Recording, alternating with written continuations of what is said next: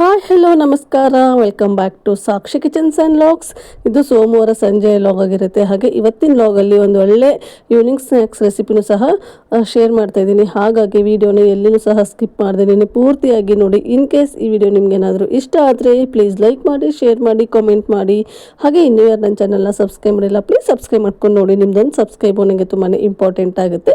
ಹಾಗೆ ಸುಮಾರು ಜನ ಹಾಗೆಯೇ ನೋಡ್ತಾ ಇದ್ದೀರಾ. ನನ್ನ ವೀಡಿಯೋಸ್ ನಿಮಗೆ ಇಷ್ಟ ಆಗ್ತಾ ಇದೆ ಅಂತ ಅನ್ಕೋತಿದ್ದೀನಿ. ಹೇಗಿದ್ರು ನೋಡ್ತೀರಾ, ಸಬ್ಸ್ಕ್ರೈಬ್ ಬಟನ್ನ ಪ್ರೆಸ್ ಮಾಡಿ ನೋಡಿದ್ರೆ ನನಗೂ ಸಹ ಯೂಸ್ಫುಲ್ ಆಗುತ್ತೆ. ಇನ್ನು ಇಲ್ಲಿ ಸೋಮವಾರ ಸಂಜೆಯಿಂದ ಲಾಗ್ನ ಶುರು ಮಾಡ್ಕೊಂಡಿದ್ದೀನಿ. ಸೋಮವಾರ ಒಂದು 3 ಗಂಟೆ ಹಂಗೆ ಮಳೆ ತುಂಬಾ ಜೋರಾಗಿ ಬರ್ತಾ ಇತ್ತು. ಒಂದು 6 ಗಂಟೆವರೆಗೂ ಇವತ್ತು ಮಳೆ ತುಂಬಾ ಜೋರಾಗಿ ಬಂದಿದೆ. ಹಾಗೆ ಇವತ್ತು ಒಂದೇ ದಿನ ಅಲ್ಲ, ಇಡೀ ವಾರವೇ ಮಳೆ ಬಂದಿದೆ ಅಂತ ಹೇಳ್ಬೋದು. ಬೇಸಿಗೆ ಹೋಗಿ ಮಳೆಗಾಲನೇ ಆಗಿಬಿಟ್ಟಿದೆ. ಹಾಗಾಗಿ ಇನ್ನು ಮಳೆ ಬೇರೆ ಬರ್ತಾ ಇತ್ತು. ನಾಳೆ ನಾನು ದೋಸೆಗೆ ಅಕ್ಕಿನೂ ಸಹ ನೆನೆಸಿಟ್ಟಿದ್ದೆ. ಇವಾಗ ಈ ಥರ ಮಳೆ ಬರೋಂತಹ ಟೈಮಲ್ಲಿ ಬಿಸಿಲು ಸಹ ಚೆನ್ನಾಗಿರೋದಿಲ್ಲ ನೋಡಿ. ಹಾಗಾಗಿ ಹಿಟ್ಟನ್ನು ಒಂಚೂರು ಬೇಗನೆ ರುಬ್ತಾ ಇದ್ದೀನಿ. ಒಂದು 5 ಗಂಟೆ ಹಂಗೆ ಇಲ್ಲಿ ಹಿಟ್ಟನ್ನು ರುಬ್ಬಿಟ್ಕೊತಾ ಇದ್ದೀನಿ. ಬೇಗ ಹಿಟ್ಟನ್ನ ರುಬ್ಬಿಡೋದ್ರಿಂದ ನಾಳೆ ಬೆಳಗ್ಗೆ ನಾವು ದೋಸೆ ಮಾಡೋ ಅಷ್ಟರಲ್ಲಿ ಕರೆಕ್ಟಾಗಿ ಹಿಟ್ಟು ನೀಟಾಗಿ ಹುಳಿ ಬಂದಿರುತ್ತೆ. ಹಾಗಾಗಿ ಬೇಗನೆ ಇಲ್ಲಿ ಹಿಟ್ಟನ್ನ ರುಬ್ಕೊತಾ ಇದ್ದೀನಿ. ಇನ್ನು ಈ ದೋಸೆ ಹಿಟ್ಟು ಹಾಗೆ ಇಡ್ಲಿ ಹಿಟ್ಟು ಅದೇನಾದರೂ ನಾನು ರುಬ್ತೀನಲ್ವ, ಅದು ಬೇಗನೆ ಹುಳಿ ಬರೋದೇ ಇಲ್ಲ. ಅದರಲ್ಲೂ ಈ ಥರ ಮಳೆ ಹಾಗೆ ಚಳಿ ಏನಾದರೂ ಇರೋಂತಹ ಟೈಮಲ್ಲಿ ನನ್ನ ಕೈಯಿಂದ ಬೇಗ ಹುಳಿ ಬರೋದೇ ಇಲ್ಲ. ಹಾಗಾಗಿ ಒಂಚೂರು ಬೇಗನೆ ಹಿಟ್ಟನ್ನ ರುಬ್ಬಿಡ್ತಾ ಇದ್ದೀನಿ. ಅದೇನೋ ಗೊತ್ತಿಲ್ಲ, ಒಬ್ಬೊಬ್ರು ಹೇಳ್ತಾರೆ ಒಬ್ಬೊಬ್ಬರ ಕೈಯಿಂದ ಹಿಟ್ಟು ತುಂಬಾ ಹುಳಿ ಬಂದುಬಿಡುತ್ತೆ ಅಂತ ಹೇಳ್ತಾರೆ. ನಾನು ಎಷ್ಟೋ ಸರಿ ಅಬ್ಸರ್ವ್ ಮಾಡಿದ್ದೀನಿ ಹಿಟ್ಟನ್ನು. ಎಂಥ ಬೇಸಿಗೆಯಲ್ಲೂ ಸಹ ಬೇಗನೆ ಈ ಥರ ರುಬ್ಬಿಟ್ರೆ ಹಿಟ್ಟು ಹುಳಿನೇ ಆಗೋದಿಲ್ಲ. ಹಾಗಾಗಿ ಇವತ್ತೊಂಚೂರು ಬೇಗನೆ ರುಬ್ಬಿದ್ರಾಯಿತು ಅಂತ ಇಲ್ಲಿ ಹಿಟ್ಟನ್ನ ನೀಟಾಗಿ ರುಬ್ಬಿಟ್ಟು ಅದನ್ನು ಈ ಥರ ಕೈಯಿಂದ ನೀಟಾಗಿ ಕಲಿಸ್ಬಿಟ್ಟು ಇಡ್ತಾ ಇದ್ದೀನಿ. ಸೌಟಿಂದ ಕಲಿಸಿದ್ರೆ ಅಷ್ಟಾಗಿ ಹುಳಿ ಬರೋದಿಲ್ಲ ಅಂತ ಹೇಳ್ತಾರೆ. ಹಾಗಾಗಿ ಕೈಯಿಂದನೇ ಇಲ್ಲಿ ನೀಟಾಗಿ ಹಿಟ್ಟನ್ನು ಕಲಸಿ ಇಡ್ತಾ ಇದ್ದೀನಿ. ನಾನೇನಿಲ್ಲಿ ಇವಾಗ ಉಪ್ಪನ್ನೇನು ಸೇರಿಸ್ಕೊಳ್ಳೋದಕ್ಕೇನು ಹೋಗಲ್ಲ, ನಾಳೆ ಬೆಳಗ್ಗೆ ಮಾಡ್ತೀನಲ್ವ ಆ ಟೈಮಲ್ಲಿ ನಾನು ಉಪ್ಪನ್ನ ಸೇರಿಸ್ಕೋತೀನಿ. ಇನ್ನು ಇಲ್ಲಿ ಮಿಕ್ಸಿ ಕೆಲಸ ಎಲ್ಲ ಮುಗೀತು. ಹಾಗಾಗಿ ಮಿಕ್ಸಿನ ನೀಟಾಗಿ ಒರೆಸ್ಬಿಟ್ಟು ಸಹ ಇಟ್ಕೊತಾ ಇದ್ದೀನಿ. ಇನ್ನು ಈ ಥರ ನಾವು ಏನಾದರೂ ದೋಸೆ ಹಿಟ್ಟನ್ನು ರುಬ್ಬಿದಾಗ ಈ ಥರ ಮಳೆಗಾಲ ಇರುವಂತಹ ಟೈಮಲ್ಲಿ ಒಂಚೂರು ಬೆಚ್ಚಗಿರುವಂತಹ ಜಾಗದಲ್ಲಿ ಇಟ್ಟರೆ ಅವಾಗಲೂ ಸಹ ತುಂಬಾ ಹುಳಿ ಬರುತ್ತೆ ಹಿಟ್ಟು. ಹಾಗಾಗಿ ನಾನು ಸಹ ಈ ಜಾಗ ಒಂಚೂರು ಬೆಚ್ಚಗಂತ ಅನ್ನಿಸ್ತಾ ಇರುತ್ತೆ. ಹಾಗಾಗಿ ಇಲ್ಲಿ ಈ ಹಿಟ್ಟನ್ನ ಇಡ್ತಾ ಇದ್ದೀನಿ.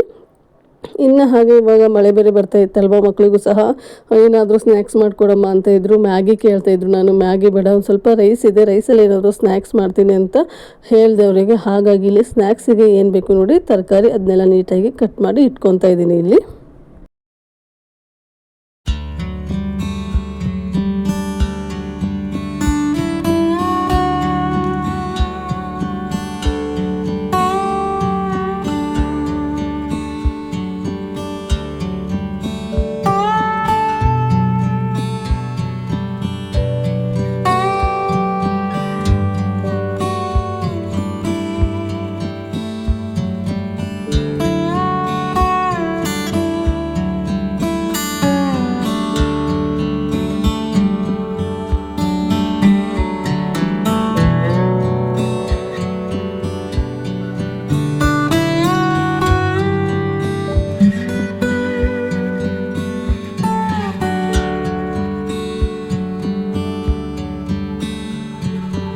ಇನ್ನು ನಾನಿವತ್ತು ಮಾಡ್ತಾಯಿರೋಂತಹ ಸ್ನ್ಯಾಕ್ಸು ರೈಸ್ ಬಾಲ್ಸ್ ಅಂತ ಸಖತ್ ಟೇಸ್ಟಿಯಾಗಿರುತ್ತೆ ಈ ಬಾಲ್ಸ್ ಮಾತ್ರ. ಇದನ್ನು ಯಾವ ಥರ ಮಾಡಿದ್ದೀನಿ ಅಂತ ನಿಮ್ಮ ಜೊತೆಗೆ ಶೇರ್ ಮಾಡ್ತಾಯಿದ್ದೀನಿ ನೋಡಿ. ಮೊದಲಿಗೆ ಇಲ್ಲಿ ಒಂದು ಮಿಕ್ಸಿಂಗ್ ಬೌಲ್ ತೊಗೊಂಡಿದ್ದೀನಿ. ಅದಕ್ಕೆ 1 ಕಪ್ ಆಗೋಷ್ಟು ರೈಸ್ನ ತೊಗೊಂಡಿದ್ದೀನಿ. ನೀವೇನಾದರೂ ರೈಸ್ನ ಒಂಚೂರು ಉದ್ರಾಗಿ ಏನಾದರೂ ಮಾಡ್ಕೊಂಡಿದ್ರೆ ಅದನ್ನು ಮಿಕ್ಸಿಗೆ ಹಾಕ್ಕೊಂಡು ಪೇಸ್ಟ್ ಥರ ಮಾಡ್ಕೊಳ್ಳಿ. ನಾನಿಲ್ಲಿ ರೈಸ್ನ ಮೆತ್ತಗೆ ಮಾಡ್ಕೊಂಡಿರೋದ್ರಿಂದ ಮಿಕ್ಸಿಗೇನು ಹಾಕೊಳ್ಳೋದಕ್ಕೇನು ಹೋಗಿಲ್ಲ. ಕೈಯಿಂದ ಒಂಚೂರು ಈ ಥರ ಸ್ಮ್ಯಾಶ್ ಮಾಡಿದರೆ ನೀಟಾಗಿ ಅದು ಮುದ್ದೆ ಥರ ಆಗುತ್ತೆ. ಹಾಗಾಗಿ ಇನ್ನು ಇಲ್ಲಿ 2 ಆಲೂಗಡ್ಡೆನ ನಾನು ಬೇಯಿಸ್ಬಿಟ್ಟು ಇಟ್ಕೊಂಡಿದ್ದೀನಿ. ಅದನ್ನು ಸಹ ಇಲ್ಲಿ ನೀಟಾಗಿ ತುರಿತಾ ಇದ್ದೀನಿ. ಈ ಥರ ತುರಿಯೋದ್ರಿಂದ ಆಲೂಗಡ್ಡೆ ಎಲ್ಲೂ ಸಹ ಗಂಟಾಗಿ ಇರೋದಿಲ್ಲ. ಹಾಗಾಗಿ ಈ ಥರ ತುರಿದ್ಬಿಟ್ಟು ಇಟ್ಕೊತಾ ಇದ್ದೀನಿ. ಇನ್ನು ಇದಕ್ಕೆ ತರಕಾರಿನ ಸೇರಿಸ್ಕೋಬೇಕು. ಹಾಗಾಗಿ ಇಲ್ಲಿ ಕ್ಯಾರೆಟ್ನ ಸೇರಿಸ್ಕೊತಾ ಇದ್ದೀನಿ, 1 ಕ್ಯಾರೆಟು. ಹಾಗೆ ಅದ್ರ ಜೊತೆಗೆ 1 ಈರುಳ್ಳಿನ ಸಹ ಸೇರಿಸ್ಕೊತಾ ಇದ್ದೀನಿ. ಬೀನ್ಸ್ ಸೇರಿಸ್ಕೊತಾ ಇದ್ದೀನಿ, ಒಂದು 10 ಅಥವಾ 15 ಬೀನ್ಸ್ನ ಚಿಕ್ಕದಾಗಿ ಕಟ್ ಮಾಡಿ ಸೇರಿಸ್ಕೊತಾ ಇದ್ದೀನಿ. ಹಾಗೆ ಅದ್ರ ಜೊತೆಗೆ ಕ್ಯಾಪ್ಸಿಕಮನ್ನು ಸಹ ಸೇರಿಸ್ಕೊತಾ ಇದ್ದೀನಿ. ನೀವು ಬೇಕಾದರೆ ಇದಕ್ಕೆ ನಿಮಗೆ ಯಾವುದಾದ್ರೂ ತರಕಾರಿ ಇಷ್ಟ ಇರುತ್ತೆ ನೋಡಿ, ಕ್ಯಾಬೇಜ್ ಹಾಕ್ಕೋಬೋದು, ಹಾಗೆ ಬೀಟ್ರೋಟ್ ಹಾಕ್ಕೋಬೋದು. ನಿಮಗೆ ಯಾವ ತರಕಾರಿ ಇಷ್ಟ ಆಗುತ್ತಲ್ಲೋ ಆ ತರಕಾರಿನ ಸೇರಿಸ್ಕೋಬೋದು. ಹಾಗೆ ಅದ್ರ ಜೊತೆಗೆ ಕೊತ್ತಂಬರಿ ಸೊಪ್ಪನ್ನು ಸಹ ಸೇರಿಸ್ಕೊತಾ ಇದ್ದೀನಿ. ಹಾಗೆ ಇಲ್ಲಿ 1 ಮುಷ್ಟಿ ಆಗೋಷ್ಟು ಮಂಡಕ್ಕಿನ ನಾನು ನೀರಿಗೆ ಹಾಕಿ ನೆನೆಸಿಟ್ಕೊಂಡಿದ್ದೀನಿ. ಆ ನೆನೆಸ್ಕೊಂಡಿರೋಂತಹ ಮಂಡಕ್ಕಿನ ನೀಟಾಗಿ ಹಿಂಡಿಬಿಟ್ಟು ಅದನ್ನು ಸಹ ಸೇರಿಸ್ಕೊತಾ ಇದ್ದೀನಿ. ಇನ್ನು ಅದ್ರ ಜೊತೆಗೆ ಇವಾಗ ಸ್ಪೈಸಸ್ನ ಸೇರಿಸ್ಕೊಳ್ಳೋಣ. 1.5 ಸ್ಪೂನ್ ಆಗುವಷ್ಟು ನಾನಿಲ್ಲಿ ಅಚ್ಚಕಾರದ ಪುಡಿನ ಸೇರಿಸ್ಕೊತಾ ಇದ್ದೀನಿ. ನೀವೇನಾದರೂ ಹಸಿಮೆಣ್ಸಿನ್ಕಾಯಿನ ಹಾಕ್ಕೊತಾ ಇದ್ದರೆ ಸ್ವಲ್ಪ ಖಾರನ ನೋಡಿಬಿಟ್ಟು ಸೇರಿಸ್ಕೊಳ್ಳಿ. ಅದಲ್ಲದೆ ಮಕ್ಕಳಿಗೆ ಬೇರೆ ಕೊಡ್ತೀವಲ್ವ, ಹಾಗಾಗಿ. ಇನ್ನು ಅದ್ರ ಜೊತೆಗೆ ಒಂದು ಅರ್ಧ ಸ್ಪೂನ್ ಆಗುವಷ್ಟು ಗರಂ ಮಸಾಲ, ಹಾಗೆ 1 ಸ್ಪೂನ್ ಆಗುವಷ್ಟು ಇಲ್ಲಿ ಚಿಲ್ಲಿ ಫ್ಲೇಕ್ಸ್ನ ಸೇರಿಸ್ಕೊತಾ ಇದ್ದೀನಿ. ನಾನಿಲ್ಲಿ ಚಿಲ್ಲಿ ಫ್ಲೇಕ್ಸ್ನ ಸೇರಿಸ್ಕೊಳ್ಳೋದ್ರಿಂದನೇ ಹಸಿಮೆಣಸಿನ್ಕಾಯಿನ ಸೇರಿಸ್ಕೊಳ್ಳೋಕ್ಕೇನು ಹೋಗಲಿಲ್ಲ. ಇನ್ನು ಅದ್ರ ಜೊತೆಗೆ ಮ್ಯಾಗಿ ಮಸಾಲ ಬರುತ್ತಲ್ವ, ಅದನ್ನು ಪೂರ್ತಿಯಾಗಿ 1 ಪ್ಯಾಕೆಟು ಸಹ ಸೇರಿಸ್ಕೊತಾ ಇದ್ದೀನಿ. ಇದೇನು 5 ರೂಪಾಯಿದು ಒಂದು ಪ್ಯಾಕೆಟ್ ಇರುತ್ತೆ, ಹಾಗಾಗಿ. ಇನ್ನು ಅದ್ರ ಜೊತೆಗೆ ರುಚಿಗೆ ತಕ್ಕಷ್ಟು ಉಪ್ಪನ್ನು ಸಹ ಸೇರಿಸ್ಕೊತಾ ಇದ್ದೀನಿ. ಇನ್ನು ಮನೆಯಲ್ಲಿ ಬ್ರೆಡ್ ಇತ್ತು, ಇನ್ನು ಇದು ವೇಸ್ಟ್ ಆಗುತ್ತಲ್ವ ಅಂತ ಇಲ್ಲಿ ಬ್ರೆಡ್ ಸ್ಲೈಸ್ನು ಸಹ 2 ಸೇರಿಸ್ಕೊತಾ ಇದ್ದೀನಿ. ಬ್ರೆಡ್ ಆಪ್ಷನಲ್ಲು, ನಿಮ್ಗೆ ಇಷ್ಟ ಇದ್ದರೆ ಸೇರಿಸ್ಕೊಳ್ಳಿ, ಇಲ್ಲಾಂದರೆ ಸ್ಕಿಪ್ ಮಾಡ್ಕೋಬೋದು. ಇನ್ನು ಬ್ರೆಡ್ ಎಲ್ಲ ಹಾಕ್ಬಿಟ್ಟು ನೀಟಾಗಿ ಇದನ್ನು ಕೈಯಿಂದನೇ ಕಲಿಸ್ಕೋಬೇಕಾಗತ್ತೆ. ನಾವು ಹಾಕಿರುವಂತಹ ಪ್ರತಿಯೊಂದು ಪದಾರ್ಥನೂ ನೀಟಾಗಿ ಮಿಕ್ಸ್ ಆಗಿ ಒಂಥರ ನಮಗೆ ಹಿಟ್ಟು ಥರ ಆಗಬೇಕಿದ್ದು ಅಲ್ಲಿವರೆಗೂ ನೀಟಾಗಿ ಇದನ್ನು ಕಲಿಸ್ಕೋಬೇಕಾಗಿರುತ್ತೆ. ಹಾಗೆ ನಾವು ಇದನ್ನು ರೈಸು ಹಾಗೆ ಆಲೂಗಡ್ಡೆ ಅದೇನೆಲ್ಲ ಹಾಕಿರ್ತೀವಲ್ವ, ಅದು ನಾವು ಹಾಕಿದ್ದೀವಿ ಅಂತ ನಮಗೆ ಗೊತ್ತಾಗಬಾರ್ದು. ಆ ಥರ ಈ ಹಿಟ್ಟನ್ನ ನಾವು ಇಲ್ಲಿ ಕಲಿಸ್ಕೋಬೇಕಾಗುತ್ತೆ. ನೀವು ನೋಡ್ತಾ ಇರ್ಬೋದು ಇಲ್ಲಿ ಇವಾಗ ನಾನು ಯಾವ ಥರ ಕಲಿಸ್ಕೊಂಡಿದ್ದೀನಿ ಅಂತ. ಹಾಗೆ ಇದು ಒಂದು ಸ್ವಲ್ಪ ಮೆತ್ತಗಂತ ಅನ್ನಿಸ್ತಾ ಇತ್ತು, ಹಾಗಾಗಿ ನಾನು ಇದಕ್ಕೆ ಒಂದು 2 ಸ್ಪೂನ್ ಆಗುವಷ್ಟು ಕಡಲೆ ಹಿಟ್ಟನ್ನು ಸಹ ಸೇರಿಸ್ಕೊತಾ ಇದ್ದೀನಿ. ನಿಮ್ಗೇನಾದರೂ ಹಿಟ್ಟು ಮೆತ್ತಗ ಇಲ್ಲ ಅಂದರೆ ನೀವು ಕಡಲೆ ಹಿಟ್ಟನ್ನ ಸೇರಿಸ್ಕೊಳ್ಳೋಕೆ ಹೋಗ್ಬಿಡಿ, ಯಾಕಂದರೆ ರೈಸು ಸಹ ಮೆತ್ತಗೆ ಮಾಡ್ಕೊಂಡಿರ್ತೀನಿ ನೋಡಿ, ಹಾಗಾಗಿ ಈರುಳ್ಳಿನೂ ಸಹ ಉಪ್ಪೆಲ್ಲ ಬಿದ್ದ ಮೇಲೆ ಒಂಚೂರು ನೀರು ಬಿಟ್ಕೊತಾ ಇರುತ್ತೆ. ಹಾಗಾಗಿ ನಾನಿಲ್ಲಿ 1-2 ಅಥವಾ 3 ಸ್ಪೂನ್ ಆಗುವಷ್ಟು ಕಡಲೆ ಹಿಟ್ಟನ್ನ ಸೇರಿಸ್ಕೊತಾ ಇದ್ದೀನಿ. ಇನ್ನು ಕಡಲೆ ಹಿಟ್ಟನ್ನು ಸೇರಿಸ್ಕೊಂಡು ನೀಟಾಗಿ ಇನ್ನೊಂದ್ಸರಿ ಇದನ್ನು ಮಿಕ್ಸ್ ಮಾಡ್ಕೋಬೇಕಾಗುತ್ತೆ. ಇನ್ನು ಇದನ್ನು ಉಂಡೆ ಕಟ್ಕೊಂಬಿಡೋಣ. ಇನ್ನು ನಾನಿಲ್ಲಿ ಹ್ಯಾಂಡ್ ವಾಶ್ ಮಾಡ್ಕೊಂಬಂದಿದ್ದೀನಿ. ಹ್ಯಾಂಡ್ ವಾಶ್ ಮಾಡ್ಕೊಂಬಂದು ಕೈಗೆ ಈ ಥರ ಎಣ್ಣೆನ ಅಪ್ಲೈ ಮಾಡ್ಕೋಬೇಕಾಗತ್ತೆ. ನಾನಿಲ್ಲಿ ಒಂದು ಸ್ವಲ್ಪ ದಪ್ಪದಾಗಿರುವಂತಹ ಬಾಲ್ಸೇ ಮಾಡ್ಕೊತಾ ಇದ್ದೀನಿ. ನಿಮಗೆ ನೋಡಿ ಯಾವ ಥರ ಚಿಕ್ಕದಾಗಿ ಬೇಕಾ ಅಂತ ನೋಡಿಬಿಟ್ಟು ನೀವು ಬಾಲ್ಸ್ನ ಮಾಡ್ಕೋಬೋದು. ಇಲ್ಲ ನೀವು ರೌಂಡ್ ಶೇಪಲ್ಲೇ ಮಾಡಬೇಕು ಅಂತೇನಿಲ್ಲ, ನಿಮ್ಗೆ ಯಾವ ಶೇಪ್ ಬೇಕು ನೋಡಿ ಆ ಶೇಪಲ್ಲೂ ಸಹ ಮಾಡ್ಕೋಬೋದು. ನಾನಿವತ್ತು ಇದನ್ನು ಪಡ್ಡಿನ ಹಂಚಲ್ಲಿ ಮಾಡ್ತಾ ಇರೋದ್ರಿಂದ ರೌಂಡ್ ಶೇಪಲ್ಲಿ ಮಾಡ್ತಾಯಿದ್ದೀನಿ. ನೀವೇನಾದರೂ ತವಾದಲ್ಲಿ ಮಾಡ್ತೀವಿ ಅಂದರೆ ಈ ಕಟ್ಲೆಟ್ ಶೇಪ್ ಬರುತ್ತಲ್ವ, ಆ ಥರನೂ ಸಹ ಮಾಡಿಬಿಟ್ಟು ಇದನ್ನು ರೋಸ್ಟ್ ಮಾಡ್ಕೋಬೋದು. ಇನ್ನು ಇಲ್ಲಿ ಈ ಥರ ನೀಟಾಗಿ ರೌಂಡ್ ಶೇಪಲ್ಲಿ ಇದನ್ನು ಬಾಲ್ಸ್ನ ರೆಡಿ ಮಾಡ್ಕೊತಾ ಇದ್ದೀನಿ. ನಾನಿಲ್ಲಿ ಒಂದು ಬ್ಯಾಚಿಗೆ ಒಂದು 7 ಬಾಲ್ಸು ರೆಡಿ ಮಾಡ್ಕೊತಾ ಇದ್ದೀನಿ. ಹಾಗೆ ನಾವು ಬಾಲ್ಸ್ನ ಮಾಡುವಾಗ ಜಾಸ್ತಿ ಪ್ರೆಷರ್ನ ಹಾಕಿಬಿಟ್ಟು ಬಾಲ್ಸ್ನ ಮಾಡೋದಕ್ಕೆ ಹೋಗ್ಬಿಡಿ, ಯಾಕಂದರೆ ಬೇಯಿಸುವಾಗ ಒಳಗಡೆನೂ ಸಹ ನೀಟಾಗಿ ಬೇಯಬೇಕಲ್ವ, ಹಾಗಾಗಿ. ಇನ್ನು ಇದನ್ನು ಮಾಡ್ಕೊಳ್ಳೋ ಅಷ್ಟರಲ್ಲೇ ತವಾನು ಸಹ ಬಿಸಿಗಿಟ್ಟಿದ್ದೆ. ಇನ್ನು ತವಾನು ಸಹ ಬಿಸಿಯಾಗಿದೆ. ಇದಕ್ಕೆ ಒಂದು 2 ಅಥವಾ 3 ಡ್ರಾಪ್ಸ್ ಆಗೋಷ್ಟು ಎಣ್ಣೆನ ಸೇರಿಸ್ಕೊತಾ ಇದ್ದೀನಿ. ನಾನಿಲ್ಲಿ ಇದನ್ನು ಇವತ್ತು ಡೀಪ್ ಫ್ರೈ ಮಾಡ್ಕೊತಾ ಇಲ್ಲ, ಬರೀ ಬೇಯಿಸ್ಕೊತಾ ಇದ್ದೀನಿ. ಹಾಗಾಗಿ ಇನ್ನೊಂದು 2 ಅಥವಾ 3 ಡ್ರಾಪ್ಸ್ ಆಗೋಷ್ಟು ಎಣ್ಣೆನ ಹಾಕ್ಕೊಂಡು ಇದಕ್ಕೆ ಬಿಳೆ ಎಳ್ಳನ್ನು ಸೇರಿಸ್ಕೋಬೇಕಾಗುತ್ತೆ. ಸುಮ್ಮನೆ ಮೇಲ್ಗಡೆ ಗಾರ್ನಿಷಿಂಗ್ ತುಂಬ ಚೆನ್ನಾಗಿರುತ್ತೆ, ಹಾಗಾಗಿ ಬಿಳೆ ಎಳ್ಳನ್ನು ಸೇರಿಸ್ಕೊತಿದ್ದೀನಿ. ಈ ಥರ ಎಲ್ಲದಕ್ಕೂ ಸಹ ಬಿಳೆ ಎಳ್ಳ ಹಾಕೊಂಡ ನಂತರ ನಾವೇನು ಬಾಲ್ನ ಮಾಡಿಟ್ಟಿದ್ವಲ್ವ, ಅದನ್ನು ಒಂದೊಂದಾಗಿ ಪಡ್ಡಿನಂಚಿಗೆ ಹಾಕ್ತಾ ಬರಬೇಕಾಗುತ್ತೆ. ನಿಮಗೆ ಎಳ್ಳು ಬೇಡ ಅಂದರೆ ನೀವು ಎಳ್ಳನ್ನು ಸ್ಕಿಪ್ ಮಾಡ್ಬೋದು. ಇಲ್ಲ ನೀವೇನಾದರೂ ಡೀಪ್ ಫ್ರೈ ಮಾಡ್ಕೊತೀನಿ ಅಂದರೆ ಡೀಪ್ ಫ್ರೈನೂ ಸಹ ಮಾಡ್ಕೋಬೋದು, ಅದು ಸಹ ತುಂಬಾ ಚೆನ್ನಾಗಿರುತ್ತೆ. ನಾನಿವಾಗ ಒಂಚೂರು ಆಯಿಲ್ ಫುಡ್ನ ಕಡಿಮೆ ಮಾಡಬೇಕು ಅಂತ ಹೇಳ್ಬಿಟ್ಟು ಡೀಪ್ ಫ್ರೈನೇನು ಮಾಡೋದಕ್ಕೆ ಹೋಗಿಲ್ಲ. ಇದು ಸಹ ತುಂಬಾ ಚೆನ್ನಾಗಿರುತ್ತೆ. ಒಂದ್ಸರಿ ಮಾಡಿ ನೋಡಿ, ನೀವು ಇದನ್ನೇ ಮಾಡ್ಕೊಂಡು ತಿಂತೀರ, ಅಷ್ಟು ರುಚಿಯಾಗಿರುತ್ತೆ. ಇನ್ನು ಇಲ್ಲಿ ಪಡ್ಡಿನಂಚಿಗೆ ಎಲ್ಲ ಬಾಲ್ಸ್ನು ಸಹ ಇಟ್ಟಿದ್ದಾಯಿತು. ಮೇಲೆ ಇನ್ನೊಂದು ಸ್ವಲ್ಪ ಎಣ್ಣೆನ ಹಾಕೋಬೇಕಾಗತ್ತೆ. ಎಣ್ಣೆ ಹಾಕೊಂಡ ನಂತರ ಮೇಲೆಗಡೆನೂ ಸಹ ನಾನಿಲ್ಲಿ ಬಿಳೆ ಎಳ್ಳು ಏನಿತ್ತಲ್ವ ಅದನ್ನು ಸ್ಪ್ರಿಂಕಲ್ ಮಾಡ್ಕೊತಾ ಇದ್ದೀನಿ. ಈ ಥರ ಸ್ಪ್ರಿಂಕಲ್ ಮಾಡೋದ್ರಿಂದ ಸಖತ್ತಾಗಿ ಕಾಣ್ತಾ ಇರುತ್ತೆ, ಹಾಗೆ ಟೇಸ್ಟು ಸಹ ತುಂಬಾ ಚೆನ್ನಾಗಿರುತ್ತೆ. ಹಾಗೆ ಮೇಲೆಗಡೆ ಎಣ್ಣೆ ಏನಕ್ಕೆ ಹಾಕೋದು ಅಂದರೆ ನಾವು ಟರ್ನ್ ಮಾಡ್ತೀವಲ್ವ, ಟರ್ನ್ ಮಾಡಿದಾಗ ಇನ್ನೊಂದು ಸರಿ ನೀಟಾಗಿ ಬೆಂದ್ಕೋಬೇಕಾಗತ್ತಲ್ವ, ಹಾಗಾಗಿ ಮೇಲೆಗಡೆ ಇನ್ನೊಂದು 2 ಡ್ರಾಪ್ ಆಗೋ ಅಷ್ಟು ನಾನಿಲ್ಲಿ ಎಣ್ಣೆನ ಹಾಕ್ಕೊತಾ ಇದ್ದೀನಿ ಅಷ್ಟೇ. ಇನ್ನು ಎಲ್ಲದಕ್ಕೂ ಈ ಥರ ಬಿಳೆ ಎಳ್ಳನ್ನು ಸ್ಪ್ರಿಂಕಲ್ ಮಾಡಿದ ನಂತರ ಇದನ್ನ ಲಿಡ್ ಕ್ಲೋಸ್ ಮಾಡಿ ಒಂದು 5 ನಿಮಿಷ ಬಿಟ್ಬಿಡ್ಬೇಕಾಗುತ್ತೆ. ಯಾಕಂದರೆ ಒಳಗಡೆನೂ ಸಹ ನೀಟಾಗಿ ಬೆಂದ್ಕೋಬೇಕಲ್ವ, ಹಾಗಾಗಿ ಒಂದು 5 ನಿಮಿಷ ಇದನ್ನ ಲಿಡ್ ಕ್ಲೋಸ್ ಮಾಡಿ ಇದನ್ನು ಬೇಯೋದಕ್ಕೆ ಬಿಟ್ಬಿಡ್ತೀನಿ. ಇನ್ನು ಒಂದು 5 ನಿಮಿಷ ಆದ ನಂತರ ಇಲ್ಲಿ ಲಿಡ್ನ ತೆಗೆದುಬಿಟ್ಟು ನಿಮಗೆ ತೋರಿಸ್ತಾ ಇದ್ದೀನಿ ನೋಡಿ.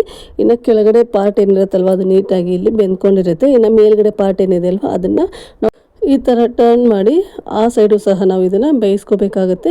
ಈ ಪಡ್ಡನ್ನ ನಾವು ಯಾವ ಥರ ಮಾಡ್ತೀವಿ ನೋಡಿ ಅದೇ ಥರ ಈ ರೈಸ್ ಬಾಲ್ಸ್ನ ಸಹ ನಾವು ರೆಡಿ ಮಾಡ್ಕೋಬೇಕಾಗುತ್ತೆ. ಹಾಗೆ ನೋಡ್ತಾ ಇರ್ಬೋದು ನೀವು ಯಾವ ಥರ ಬೆಂದಿದೆ ಅಂತ. ಮೇಲ್ಗಡೆ ಕ್ರಿಸ್ಪಿಯಾಗಿರುತ್ತೆ, ಆದರೆ ಒಳಗಡೆ ಸಾಫ್ಟ್ ಆಗಿರುತ್ತೆ. ತಿನ್ನೋದಕ್ಕೆ ಮಾತ್ರ ಒಂಥರ ಏನೋ ಚೆನ್ನಾಗಿರುತ್ತೆ. ಈ ರೈಸ್ ಬಾಲ್ಸ್ ಮಾತ್ರ ಸಖತ್ ಟೇಸ್ಟಿಯಾಗಿರುತ್ತೆ.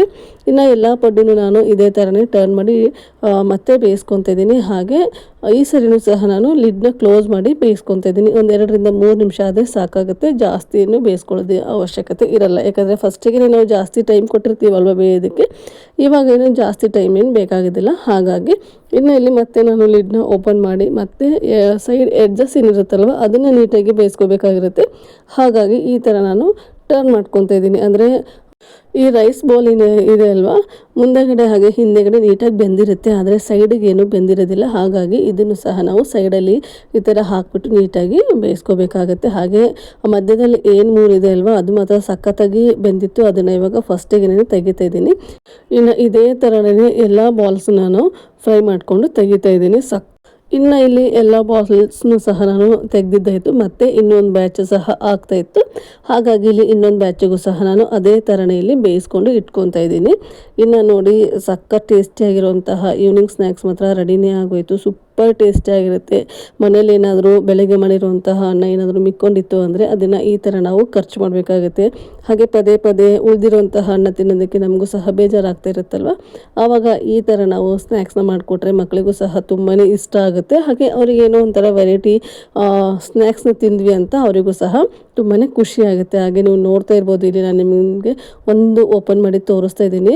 ಮೇಲ್ಗಡೆ ಕ್ರಿಸ್ಪಿ ಆಗಿದ್ರು ಒಳಗಡೆ ಸಾಫ್ಟ್ ಆಗಿರುತ್ತೆ, ಸಖತ್ ಟೇಸ್ಟಿಯಾಗಿರುತ್ತೆ. ಇದ್ರ ಜೊತೆಗೆ ಕೆಚಪ್ನ ಹಚ್ಕೊಂಡು ತಿಂತಾ ಇದ್ರೆ ಆಹಾ ಸೂಪರ್ ಟೇಸ್ಟ್ ಅಂತಲೇ ಹೇಳ್ಬೋದು. ಅದರಲ್ಲೂ ಹೊರಗಡೆ ಮಳೆ ಬೇರೆ ಬರ್ತಾಯಿತ್ತು, ವಾತಾವರಣ ಒಂಥರ ಚೆನ್ನಾಗಿತ್ತು. ಅಂಥ ಟೈಮಲ್ಲಿ ಈ ಸ್ನ್ಯಾಕ್ಸ್ನ ಮಾಡಿ ನಿಮ್ಮನೆ ಮಕ್ಕಳಿಗೂ ಸಹ ಇಷ್ಟ ಆಗೋದಂದ್ರೆ ಗ್ಯಾರಂಟಿ. ಇನ್ನು ಬಿಸಿ ಬಿಸಿಯಾಗಿ ಸ್ನ್ಯಾಕ್ಸು ಬೇರೆ ಆಗಿತ್ತಲ್ವ, ಹಾಗಾಗಿ ಮಕ್ಕಳು ಸಹ ಇಲ್ಲಿ ರೆಡಿಯಾಗಿ ಕೂತ್ಕೊಂಡ್ಬಿಟ್ಟಿದ್ರು, ಬೇಗ ಬೇಗ ಸ್ನ್ಯಾಕ್ಸ್ ಹಾಕ್ಕೊಡಮ್ಮ ಅಂತ ಹೇಳಿಬಿಟ್ಟು. ಹಾಗಾಗಿ ಇಲ್ಲಿ ಮಕ್ಕಳಿಗೂ ಸಹ ಸ್ನ್ಯಾಕ್ಸ್ನ ಹಾಕಿ ಕೊಡ್ತಾ ಇದ್ದೀನಿ. ಹಾಗೆ ನಾನು ಸಹ ಇವತ್ತು ಈ ಸ್ನ್ಯಾಕ್ಸ್ನ ತಿಂತಾ ಇದ್ದೀನಿ, ಯಾಕೆಂದರೆ ಡೀಪ್ ಫ್ರೈ ಏನೂ ಮಾಡಿರಲಿಲ್ಲ ನೋಡಿ, ಎಣ್ಣೆನ ಕಡಿಮೆ ಹಾಕಿಬಿಟ್ಟು ಇವತ್ತು ಈ ಸ್ನ್ಯಾಕ್ಸ್ ಮಾಡಿದ್ದೆ. ಹಾಗಾಗಿ ನಾನು ಸಹ ಈ ಸ್ನ್ಯಾಕ್ಸ್ನ ಆರಾಮಾಗಿ ಕೂತ್ಕೊಂಡು ಇಲ್ಲಿ ಮಕ್ಕಳ ಜೊತೆಗೆ ತಿಂತಾ ಇದ್ದೀನಿ. ಹಾಗೆ ನಮ್ಮ ಅಣ್ಣನ ಮಗ ಹೇಳ್ತಾ ಇದ್ದ, ನೀನು ಏನೇನೋ ಮಾಡ್ತೀಯ, ನೀನು ನಮ್ಮ ಅವ್ವಂಗೆ ಏನು ಮಾಡೋಕ್ಕೆ ಬರೋದಿಲ್ಲ ಇಂಥವು ಅಂತ ಹೇಳ್ತಾ ಇದ್ದ. ಹಾಗಾಗಿ ಇವತ್ತು ಅದನ್ನೇ ಮಾತಾಡ್ಕೊಂಡು ಇಲ್ಲಿ ಕೂತಿದ್ವಿ. ಹಾಗೆ ನಾನು ಹಾಗೆ ಸುಮ್ಮನೆ ಹೇಳ್ತಾ ಇದ್ದೆ, ತಿಂದಿದ್ದೀಯಲ್ವಾ ಹೇಳು ನಮ್ಮ ಸಬ್ಸ್ಕ್ರೈಬರ್ಸ್ಗೆ ಯಾವ ಥರ ಇದೆ ಅಂತಂದಿದ್ದಕ್ಕೆ ಅವನಿಲ್ಲಿ ಹೇಳಿದ್ದಾನೆ ನೋಡಿ.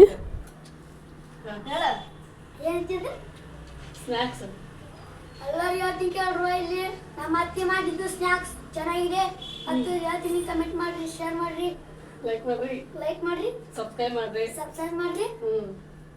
Thank you. ತಿನ್ನುವಾಗ ನೀನು ಹೇಳ್ತೀಯಲ್ಲ, ನಾನು ಅದನ್ನ ಹೇಳ್ತೀನಿ ಕೊಡು ಅಂತ ಹೇಳ್ಬಿಟ್ಟು ಲೈಕ್ ಮಾಡಿ, ಶೇರ್ ಮಾಡಿ, ಸಬ್ಸ್ಕ್ರೈಬ್ ಮಾಡಿ ಅಂತ ಹೇಳ್ತಾ ಇದ್ದೀನಿ ಸುಮ್ಮನೆ ತಮಾಷೆಯಾಗಿ ಅದನ್ನು. ಇನ್ನು ಸಂಜೆ ಈವ್ನಿಂಗ್ ಸ್ನ್ಯಾಕ್ಸ್ ಎಲ್ಲ ತಿಂದಾದ್ಮೇಲೆ ಅಡುಗೆ ಕೆಲಸ ಏನೂ ಇರಲಿಲ್ಲ, ನೈಟಿಗೆ ಬರೀ ರೈಸ್ನ ಮಾಡ್ಕೋಬೇಕಾಗಿತ್ತು. ಹಾಗಾಗಿ ಇನ್ನು ಇಲ್ಲಿ ನನ್ನ ಮಗಳು ಸಹ ಸಂಜೆಗೆ ದೀಪನೂ ಸಹ ಹಚ್ತಾ ಇದ್ದಾಳೆ. ಹಾಗೆ ನಾನು ಇವತ್ತು ಊಟಕ್ಕೆ ಬರೀ ತುಪ್ಪ ಹಾಗೆ ಶೇಂಗಾ ಚಟ್ನಿ ಪುಡಿನ ಇತ್ತು, ಅದನ್ನೇ ತಿನ್ಕೊತಾ ಇದ್ದೀವಿ. ಮಕ್ಕಳಿಗೆ ಮಾತ್ರ ಶೇಂಗಾ ಚಟ್ನಿ ಪುಡಿ ಅಂದರೆ ತುಂಬಾ ಇಷ್ಟ. ಇನ್ನು ಒಂದು ಹೊತ್ತಿಗೆ ಸಾಂಬಾರು ಮಾಡೋದಕ್ಕೆ ನನಗೂ ಸಹ ಬೇಜಾರಾಗುತ್ತಲ್ವ, ಹಾಗಾಗಿ ಸಾಂಬಾರೇನು ಮಾಡೋದಕ್ಕೆ ಹೋಗಲಿಲ್ಲ. ಹೇಗಿದ್ದರೂ ಮನೆಯಲ್ಲಿ ಚಟ್ನಿ ಪುಡಿ ಇತ್ತು, ಹಾಗೆ ತುಪ್ಪನೂ ಸಹ ಇತ್ತಲ್ವ, ನನಗೂ ಸಹ ಚಟ್ನಿ ಪುಡಿ ತುಪ್ಪ ಅಂದರೆ ತುಂಬಾ ಇಷ್ಟ ಆಗುತ್ತೆ. ಬಿಸಿ ಬಿಸಿ ಅನ್ನಕ್ಕೆ ಈ ಥರ ಹಾಕಿ ಕೊಟ್ಟರೆ ಮಕ್ಕಳಿಗೂ ಸಹ ಇಷ್ಟ ಆಗುತ್ತೆ ಅಂತ ಹೇಳ್ಬಿಟ್ಟು ಇವತ್ತು ಏನು ಮಾಡೋದಕ್ಕೇ ಹೋಗಲಿಲ್ಲ. ಇನ್ನು ಇವತ್ತಿನ ಊಟ ಮಾತ್ರ ಸಿಂಪಲ್ ಆಗಿತ್ತು, ಹಾಗೆ ಟೇಸ್ಟಿಯಾಗಿಯೂ ಸಹ ಇತ್ತು. ಅದಲ್ಲದೆ ಸಂಜೆನೇ ನಾವು ಈವ್ನಿಂಗ್ ಸ್ನ್ಯಾಕ್ಸ್ ತಿಂದಿದ್ವಲ್ವ, ಹಾಗಾಗಿ ಅಷ್ಟಾಗಿ ಯಾರಿಗೂ ಹೊಟ್ಟೆ ಹಸಿವಾಗಿರಲಿಲ್ಲ. ಹಾಗಾಗಿ ಸಿಂಪಲ್ಲಾಗಿ ಇವತ್ತು ಈ ಥರ ಅಡುಗೆನ ಮಾಡಿದ್ದೀನಿ. ಇನ್ನು ಊಟನೆಲ್ಲ ಮುಗಿಸ್ಕೊಂಡು ಹಾಗೆ ಬುಧವಾರಕ್ಕೆ ರೊಟ್ಟಿಗೆ ಮೊಳಕೆ ಕಟ್ಟಿಸ್ಬೇಕಾಗಿತ್ತು ಕಾಳುಗಳನ್ನ. ಇವತ್ತು ನೆನೆಸಿಟ್ಬಿಟ್ರೆ ನಾಳೆ ಬೆಳಿಗ್ಗೆನಷ್ಟೇ ನೆನೆಯುತ್ತೆ, ನಾಳೆ ಫುಲ್ ಡೇ ಅದನ್ನು ನೀಟಾಗಿ ಕಟ್ಟಿಡ್ಬೋದು ಅಂತ ಹೇಳ್ಬಿಟ್ಟು ಇಲ್ಲಿ ಮಡಿಕೆ ಕಾಳನ್ನ ನೀರಿಗೆ ಹಾಕಿ ನೆನೆಸ್ತಾ ಇದ್ದೀನಿ. ಹಾಗೆ ಅಡುಗೆ ಮನೆ ಕ್ಲೀನಿಂಗನ್ನು ಸಹ ಮುಗಿಸ್ಕೊತಾ ಇದ್ದೀನಿ. ಇನ್ನು ಇವತ್ತಿನ ವ್ಲಾಗ್ನ ಇಲ್ಲಿಗೆ ಎಂಡ್ ಮಾಡ್ತಾ ಇದ್ದೀನಿ. ನಾನು ಮಾಡಿರೋಂತಹ ವ್ಲಾಗು, ನಾನು ಮಾಡಿರೋಂತಹ ರೆಸಿಪಿ ನಿಮಗೇನಾದರೂ ಇಷ್ಟ ಆದರೆ ಪ್ಲೀಸ್ ಲೈಕ್ ಮಾಡಿ, ಶೇರ್ ಮಾಡಿ, ಕಾಮೆಂಟ್ ಮಾಡಿ. ಹಾಗೆ ಇನ್ನೂ ಯಾರು ನನ್ನ ಚಾನಲ್ನ ಸಬ್ಸ್ಕ್ರೈಬ್ ಮಾಡಿಲ್ಲ ಪ್ಲೀಸ್ ಸಬ್ಸ್ಕ್ರೈಬ್ ಮಾಡ್ಕೊಂಡು ನೋಡಿ. ನಿಮ್ಮದೊಂದು ಸಬ್ಸ್ಕ್ರೈಬು ನನಗೆ ತುಂಬಾ ಇಂಪಾರ್ಟೆಂಟ್ ಆಗುತ್ತೆ. ಹಾಗೆ ನಿಮ್ಮ ಫ್ಯಾಮಿಲಿ ಆ್ಯಂಡ್ ಫ್ರೆಂಡ್ಸಿಗೂ ಸಹ ಈ ವಿಡಿಯೋನ ಶೇರ್ ಮಾಡಿ. Thank you.